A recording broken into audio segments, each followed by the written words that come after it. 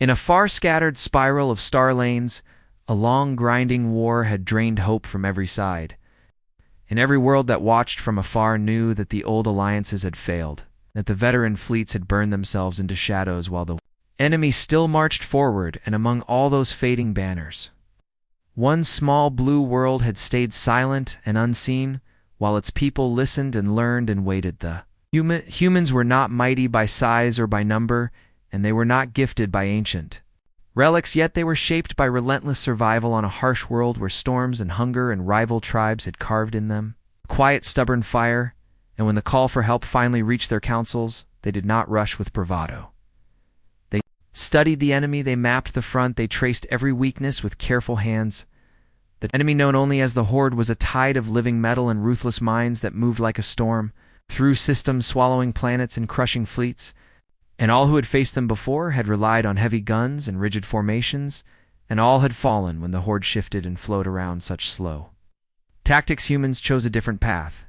They built small, fast ships with layered hulls and modular cores. They trained crews to adapt in moments, and they crafted tools that could rewrite battlefield rules with raw cleverness rather than brute force, and while others mocked such light designs, the humans kept preparing. When the day came and the last Allied line began to break, the human fleet arrived, not with a grand broadcast, but with silent precision, slipping into the chaos like ghosts, and their commander, named Alex, did not waste time with speeches. He ordered a strike that shattered the enemy rear in minutes, because humans had learned long ago that surprise was the sharpest blade. The Horde turned to face this new threat, yet their sensors were blinded by waves of false signals and shifting decoys, and as they tried to target one group, three more, struck from unseen angles, and human ships did not stay still. They darted and twisted in patterns that no rigid mind could predict. Boarding teams launched through gaps in enemy hulls, not with brute force, but with clever devices that shut down control nodes, and when Horde units tried to adapt, the humans had already moved on, leaving traps and cascading failures behind them, and within the first hour, whole enemy wings were drifting.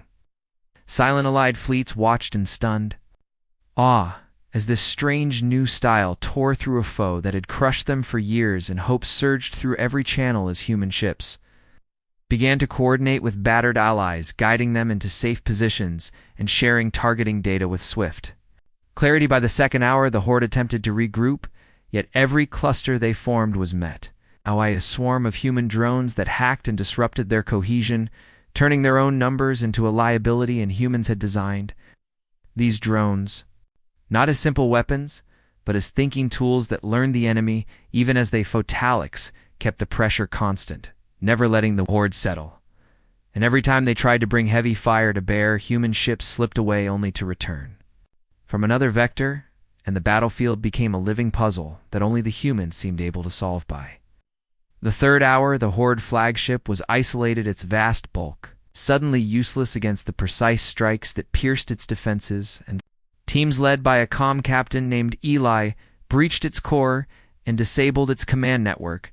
And when the flagship went dark, the Horde lost its guiding will. Panic rippled through the enemy as their units began to act without unity, and the humans exploited this with ruthless efficiency, striking weak points and forcing surrender or destruction in allies who had once fled now advanced with renewed courage. By the fourth hour, resistance was collapsing across the front, and human medics were already aiding wounded allies, while engineers patched broken ships, and even in victory, humans did not forget compassion, because their own history had taught them the cost of endless warring. The final hour, the last pockets of the Horde were cornered, and Alex offered them a chance to stand down, and those that did were taken into custody, while those that refused were swiftly neutralized. And when the fighting ended, silence spread across the stars where chaos had reigned. 5 hours after they had entered the war, the humans stood among grateful allies and stunned onlookers, and they did not boast or demand tribute. They simply shared their knowledge and pledged to help rebuild, because for them triumph was not just in defeating an enemy, but in securing a future where such threats could never rise again. So the galaxy learned that day that humanity's strength lay not in size or fear, but in creativity, unity, and an unyielding will to protect those who could not protect themselves, and from that moment on, no one ever doubted the quiet power of a world that had waited until the perfect moment to act.